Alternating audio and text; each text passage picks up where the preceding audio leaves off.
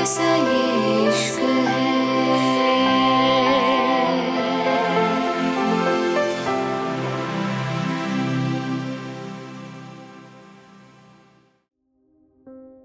सेरेन करीब 1 घंटे बाद अपनी क्लास लेके बाहर निकली थी।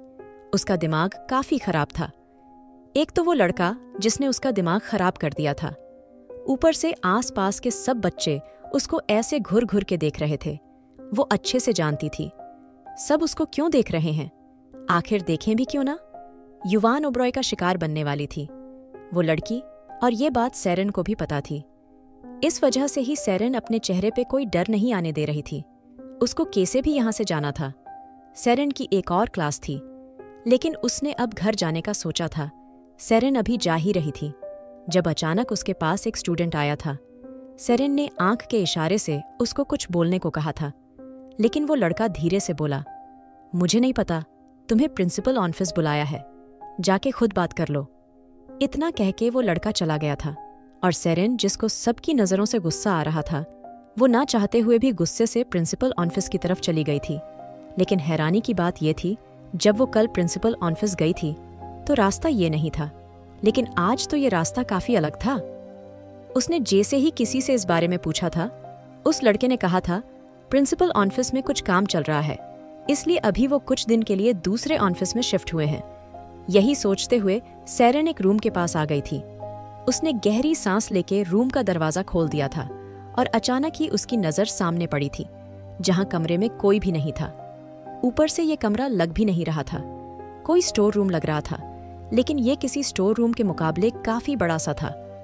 सेरेन गुस्से से बोली, जिसने भी मेरे साथ ये प्रैंक करने की कोशिश की, मैं उसको कभी माफ नहीं करूंगी। तुम लोगों का रोज का। अभी सेरेन ने अपनी बात पूरी नहीं की थी जब ऊपर से एक कॉकरोच आके गिरा था। सेरेन को समझने में वक्त लगा था आखिर ये चीज क्या है, लेकिन जब उसकी नजर अच्छे से उस चीज पे गई थी, वो बहुत तेज चिल्लाई थी।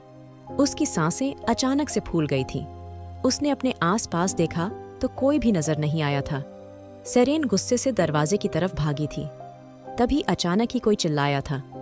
सेरेन ने जल्दी से आस-पास देखा तो वो किसी औरत की आवाज थी। सेरेन को कल की बात याद आ गई थी, कैसे रीमा उसको बता रही थी यहाँ के स्टोर रूम में कोई रहता है जो शायद कोई इंसान नहीं है, कैसे उसकी आवाजें दिन में भी यहाँ सुनाई देती है। सेरेन की आंखें फट गई थीं। तभी अचानक से उसको एहसास हुआ था जैसे कोई उसके कांधे पे काफी करीब खड़ा था। सेरेन जैसे ही पीछे पलटी, अचानक ही वो आदमी गायब हो गया था।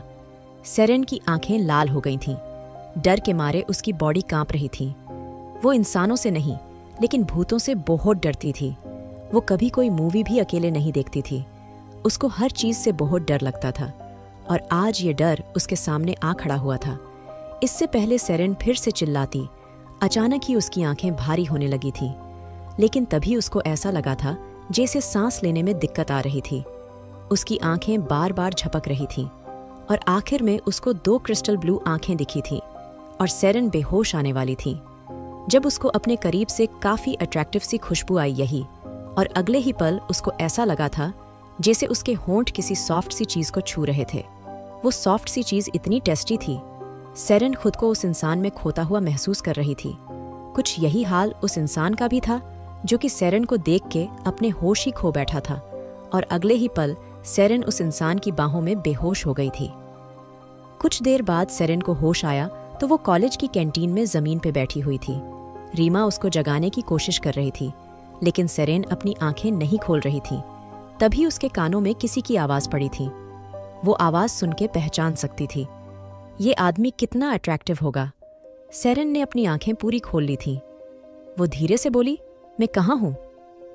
लेकिन तभी उसके सामने एक हैंडसम चेहरा आया था, और सेरेन उस चेहरे में खो गई थी। ये कोई लड़का नहीं, ये तो ग्रीक गॉड था। कोई इतना हैंडसम कैसे हो सकता था? उसकी वो क्रिस्टल ब्लू आईज, उसके वो शार्प फीचर्स, उसकी वो हॉटनेस, हर एक चीज उस इंसान के बारे में परफेक्ट थी। सेरेन जो उसकी हॉटनेस में खोई थी, उसके अगले वर्ड सुन के सेरेन की आंखें गुस्से में पूरी खुल गई थीं, क्योंकि सामने ही एक वीडियो चल रही थी जिसमें सेरेन चीख रही थी और चिल्ला रही थी। सेरेन को समझ आ गया था उसके सामने खड़ा इंसान युवान ओबरॉय है, जिसने अपने दोस्त को मारे गए थप्पड़ का बदला उससे लिया है। सेरेन गुस्से से बोली, तुम घटिया 2 कौड़ी के आदमी। सेरेन की बात पे युवान ने उसकी कमर पकड़ के उसको बिल्कुल अपने करीब कर लिया था। युवान सेरेन की ओशन ब्लू आइज में झांकते हुए बोला, यहाँ 2 कौड़ी की तुम हो में नहीं, मैं युवान ओबरॉय हूं। अगर अभी तक मुझे नहीं पहचानी तो यहाँ किसी से भी मेरे बारे में पूछ सकती हो, समझी? इतना कह के युवान ने सेरेन के खूबसूरत चेहरे पे अपनी उंगलियां फेरी थीं। युवान भी सेरेन को देख के कुछ इस हद तक ही दीवाना हुआ था।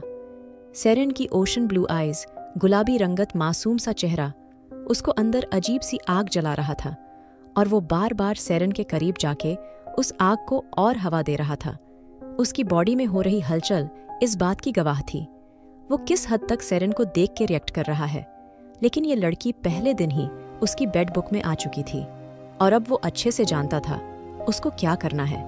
ये उसका रूल था जो जबरदस्ती उसकी जिंदगी में घुसने की कोशिश करता था। वो उसको माफ नहीं करता था और इस लड़की ने पहले उसके दोस्त को थप्पड़ भी मारा था और अब पूरे कॉलेज के सामने उसको ही 2 कौड़ी का बता रही थी। सेरेन गुस्से से बोली, अच्छा, लेकिन तुम्हारी घटिया शक्ल देख के लगता तो नहीं तुम्हें यहाँ कोई जानता भी होगा। सेरेन की बात पे सब हंसने लगे थे। तभी युवान गुस्से से बोला, मेरी एक बात अच्छे से याद रखना, तुम जो भी हो, मैं अगले 1 हफ्ते में तुम्हारी ये अकड़ तुम्हारे कदमों में लाके रहूंगा और तुम पूरे कॉलेज के सामने मुझे प्रपोज करोगी। इतना कह के युवान बिल्कुल उसके कान के पास चला गया था। युवान अपने होठों से उसके कानों को छूते हुए बोला, शायद ऐसा हो जाए, तुम मेरे बेड तक भी आ जाओ। इतना कह के युवान उससे दूर हो गया था और सेरेन का चेहरा गुस्से में जल रहा था। उसका मन कर रहा था युवान ओबरॉय का मुंह तोड़ दे, लेकिन उसको इस घटिया आदमी के और मुंह नहीं लगना था। इसलिए सेरेन बिना कुछ कहे सबके हंसते हुए चेहरे को इग्नोर करके चली गई थी। वहीं दूसरी तरफ अलियाना बहुत खुश थी। वो ड्रिंक लेके एंजॉय कर रही थी। आखिर करे भी क्यों ना, आज उसने रिद्धिमान का घमंड तोड़ दिया था। रिद्धिमान से उसकी डील छीन ली थी। अलियाना ने टाइम देख तो रात के 10 बजे थे। आज उसको ऑफिस में काम करते हुए काफी वक्त हो गया था। आज यहाँ कोई एम्प्लॉय भी नहीं था क्योंकि आज सबकी छुट्टी थी। अलियाना ने अपना बैग उठाया और बाहर आ गई थी। बाहर गार्ड खड़े थे जो उसका ही इंतजार कर रहे थे। अलियाना ने गहरी सांस ली और अपनी गाड़ी के पास आ गई थी। ड्राइवर हैरानी से उसको देख रहा था क्योंकि वो ड्राइविंग सीट पे बैठ चुकी थी। ड्राइवर धीरे से बोला, क्या हुआ बेटा? अलियाना आराम से बोली, आप घर जाइए, आज मैं खुद ड्राइव करूंगी। अलियाना की बात पे ड्राइवर हैरानी से बोला, लेकिन बेटा काफी देर हो गई है। वो जानती थी सामने खड़ा इंसान उसकी कितनी फिक्र करता है, इसलिए मुस्कुरा के बोली, आप फिक्र मत करिए, मैं ड्राइव कर सकती हूँ, आप प्लीज परेशान मत होइए। इतना कह के अलियाना की गाड़ी स्टार्ट कर दी थी और ड्राइवर भी गहरी सांस लेके दूर हट गया था क्योंकि अलियाना सिर्फ उससे ही इतनी नरमी से पेश आती थी। अलियाना उसकी उम्र का भी लिहाज करती थी, इसलिए वो भी उसकी बात एक बार में ही समझ लेता था। कुछ देर बाद अलियाना की गाड़ी हवा से बातें कर रही थी। वो बहुत खुश थी। आखिर उसने रिद्धिमान ओबरॉय का गुरूर तोड़ दिया था क्योंकि उसको अपनी जिंदगी में उस इंसान से सख्त नफरत थी जो उसको उसके माँ बाप की याद दिलाता था। और रिद्धिमान ने जो कहा था वो सब सोच के उसका दिमाग बहुत खराब हो रहा था। अभी भी उसका चेहरा पसीने में भीगा हुआ था जब अचानक ही उसको अपने सामने आग दिखाई थी। अलियाना हैरान थी। इस वक्त उसके घर की तरफ जाने वाले रास्ते पे आग लगाई किसने थी? आखिर कौन उसके साथ इतना घटिया मजाक कर सकता था? यही सब सोच के अलियाना ने गुस्से से गाड़ी रोक दी थी। फिलहाल उसके साथ कोई गार्ड नहीं था और ये बड़ी हैरानी की बात थी क्योंकि जब वो चली थी 4 गाड़ियां उसके पीछे थीं और अब एक भी गाड़ी नजर नहीं आ रही थी। ऐसा भी नहीं था वो गलत रास्ते से आई थी। यही सोच के अलियाना गाड़ी से उतर के सामने आ गई थी जहां आग की लपटें उठ रही थी। उसके अपने चेहरे पे मास्क लगाया और धीरे से बोली, एक्सक्यूज मी। उसकी आवाज फिलहाल बहुत शांत थी। उसको आग से डर लगता था लेकिन वो फिलहाल ऐसा कुछ महसूस नहीं होने दे रही थी। उसको फिक्र थी कहीं किसी इंसान को चोट तो नहीं लगी क्योंकि बीच सड़क पे जिस तरह आग जल रही थी इसका मतलब तो यही था यहां किसी को चोट ना आई हो। अलियाना अभी आगे ही चली थी जब अचानक उसको अपने सामने एक जानी पहचानी शक्ल नजर आई थी, लेकिन इस वक्त वो अच्छे से बता सकती थी उसके सामने बैठा आदमी किस हद तक गुस्से में था, उसके मुंह से धीरे से निकला था, रिद्धिमान ओबरॉय। अलियाना की बात पे रिद्धिमान जो अपनी गाड़ी के ऊपर बैठकर नफरत से अलियाना को घूर रहा था, वो धीरे धीरे उसके करीब आने लगा था। अलियाना के चेहरे पे जो कुछ देर पहले डर था, अब उस डर की जगह मुस्कुराहट ने ले ली थी। अलियाना हंसते हुए बोली, वैसे जीत का जश्न तो कई बार सुना था, आज हार का जश्न पहली बार। देख रही हूं काफी खुश हो। अपनी हार से रिद्धिमान ओबरॉय, क्या कहा था तुमने? पूरे 1 हफ्ते बाद मुझे बर्बाद कर दोगे? ओहो रिद्धिमान, यहां तो कोई और ही बर्बाद होता नजर आ रहा है। बड़े दुख की बात है। अलियाना की बात पे रिद्धिमान ने अभी भी कुछ नहीं कहा था, लेकिन तभी अलियाना की नजर उसके हाथ पे पड़ी थी और अचानक ही उसके चेहरे की मुस्कान गायब हो गई थी। आखिर क्या करेगा अब रिद्धिमान? कैसे बदला लेगा युवान सेरेन से? अलियाना हैरानी से सामने देख रही थी, जहां रिद्धिमान अपने हाथ में कुछ लिए उसको ही घुर रहा था। अलियाना धीरे से बोली, क्या हरकत है यह? देखो रिद्धिमान, तुम्हारी शक्ल देख के लगता है तुम मेंटल हॉस्पिटल से भागे हुए हो, और ये बात तुम्हें मेरे सामने प्रूफ करने की जरूरत नहीं है, समझ आया? अलियाना उसके हाथ में पकड़ी चीज को देख के काफी डर रही थी। तभी रिद्धिमान धीरे से बोला, क्या हुआ? तुम तो किसी भी चीज से नहीं डरती, तो आज जब तुम्हारी मौत तुम्हारे सामने खड़ी है तो तुम्हें इतना डर क्यों लग रहा है? क्यों डर रही हो इतना? रिद्धिमान धीरे धीरे अलियाना के करीब आ रहा था और अब दोनों के बीच में सिर्फ कुछ कदमों का फासला था। अलियाना धीरे से बोली, तुम मुझे मारना चाहते हो?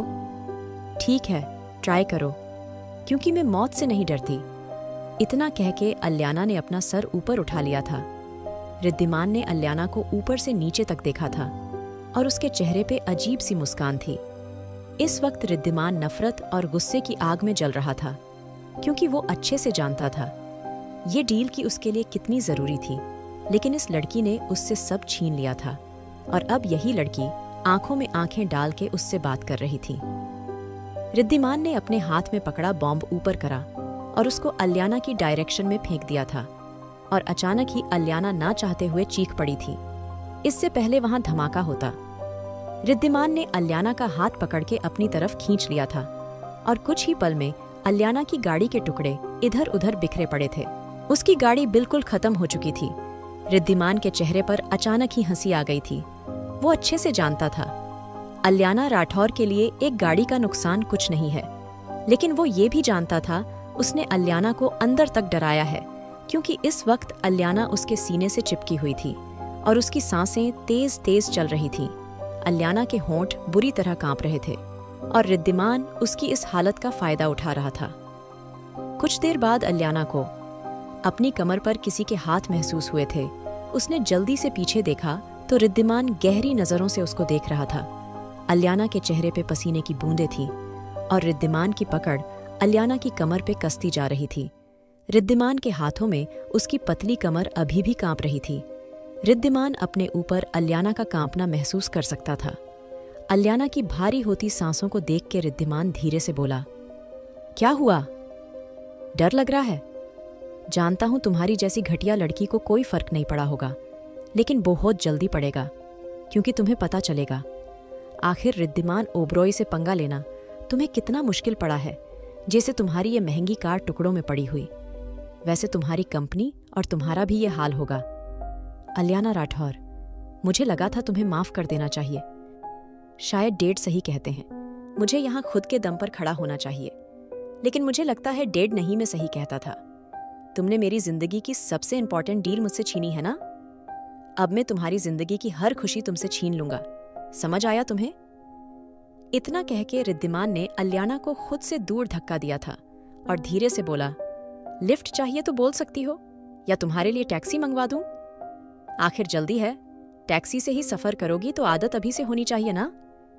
रिद्धिमान की बात पे अलियाना धीरे से उसकी गाड़ी पे झुकते हुए बोली, तो तुम्हें लगता है तुम ये घटिया हरकत करके मुझे डरा दोगे और मैं डर भी जाऊंगी?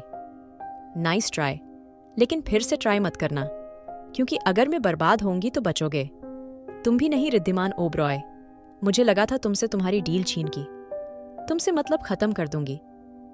लेकिन तुम्हें देख के लगता है तुम ये दुश्मनी काफी आगे ले जाना चाहते हो। कोई बात नहीं, मैं भी पीछे नहीं हटने वाली। तुम मेरा नुकसान करोगे तो बचोगे, तुम भी नहीं। इतना कह के अल्याना रिद्धिमान के काफी करीब आ गई थी। दोनों की सांसें आपस में टकरा रही थीं। रिद्धिमान अल्याना की खुशबू में खो सा गया था। वो उस लड़की को इतने करीब से देख रहा था जिसकी खूबसूरती में वो पहले दिन अपना दिल हार बैठा था, लेकिन वो अपनी नफरत से मजबूर था। इससे पहले रिद्धिमान कुछ समझ पाता, अल्याना ने आगे बढ़ के उसकी गाड़ी की चाबी छीन ली थी और कुछ ही सेकंड में अल्याना उसकी गाड़ी में थी। अल्याना आराम से बोली, क्या हुआ? टैक्सी बुला रहे थे ना तुम? जाओ बुलाओ और उसको अच्छे से अपने घर का एड्रेस बता देना। आखिर ओबरॉय परिवार सड़क पे आने वाला है, तो अब टैक्सी से ही सफर करोगे या बैलगाड़ी सही रहेगी? अल्याना की बात पे रिद्धिमान कुछ कहने वाला था, लेकिन तब तक अल्याना गायब हो चुकी थी। उसकी गाड़ी उसके सामने ही धूल उड़ाती गायब हो गई थी और रिद्धिमान का दिमाग खराब हो गया था। ये लड़की कुछ ना कुछ करके उसका दिमाग खराब कर देती थी। उसका मन करता तो सबसे पहले अल्याना राठौर का कत्ल करता, लेकिन फिलहाल जो उसने अल्याना के लिए सोचा था वो काफी अच्छा था और उसके लिए उसको वक्त चाहिए था। वहीं दूसरी तरफ युवान घर आया तो शमिता मेन हॉल में ही बैठी थी। युवान धीरे से बोला, क्या हुआ मॉम? आप आज मेरा इंतजार कैसे कर रही हैं? आपका बेटा नहीं आया? युवान की बात पे शमिता गुस्से से बोली, क्योंकि मेरा दूसरा बेटा ऐसे घटिया काम नहीं करता। युवान, तुम आज फिर उस लड़की को घर ले आए हो? युवान धीरे से बोला, मॉम, इसमें कौन सी बड़ी बात है? आप ऐसे बिहेव कर रही हैं जैसे वो पहली बार यहाँ आई हो। आप जानती हैं वो यहाँ आती रहती है। युवान की बात पे शमिता गहरी सांस लेकर बोली, वो यहाँ आती रहती है ना? तो एक काम करो, तुम उससे शादी कर लो। मुझे भी बहू की जरूरत है और फिर वो यहीं रहेगी तो तुम भी खुश रहना। लेकिन रोज रोज किसी लड़की को मैं बर्दाश्त नहीं करूंगी। युवान, शमिता की बात पे युवान चिढ़ते हुए बोला, रियली मॉम? मेरी शादी?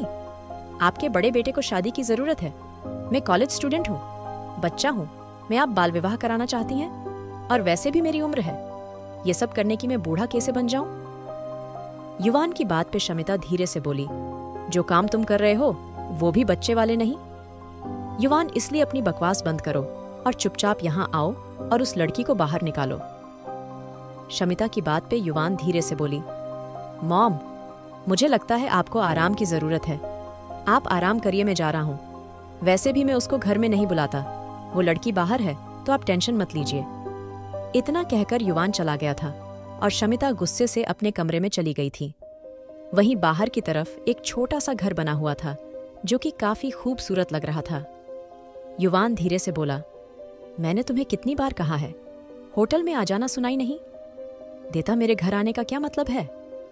युवान की बात पे मलाइका उसके करीब होते हुए बोली, मैं ज्यादा देर तुमसे दूर नहीं रह पाती। तुम्हारी लत लग गई है मुझे, बहुत ज्यादा। आई लव यू युवान। मलाइका की बात पे युवान गुस्से से उसको खुद से दूर करते हुए बोला, मलाइका, तुम्हारे सामने कोई 2 साल का बच्चा नहीं खड़ा जिसको तुम जैसे भी करके बहला लोगी।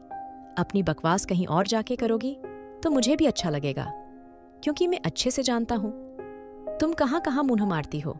और मैंने पहले ही कहा था, अगर मेरे साथ रिलेशनशिप में आओगी तो तुम लॉयल रहोगी। लेकिन देखो, तुमने मेरा सबसे इंपॉर्टेंट रूल तोड़ दिया, इसलिए अब दफा हो जाओ। युवान की बात पे मलाइका हैरानी से बोली, व्हाट? क्या बोल रहे हो? देखो युवान, तुम गुस्से में हो, जल्दबाजी में फैसला मत लो। मैंने कुछ नहीं करा।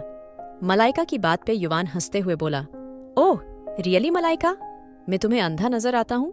खैर, मुझे तुमसे कोई बहस नहीं करनी, यहां से दफा हो जाओ।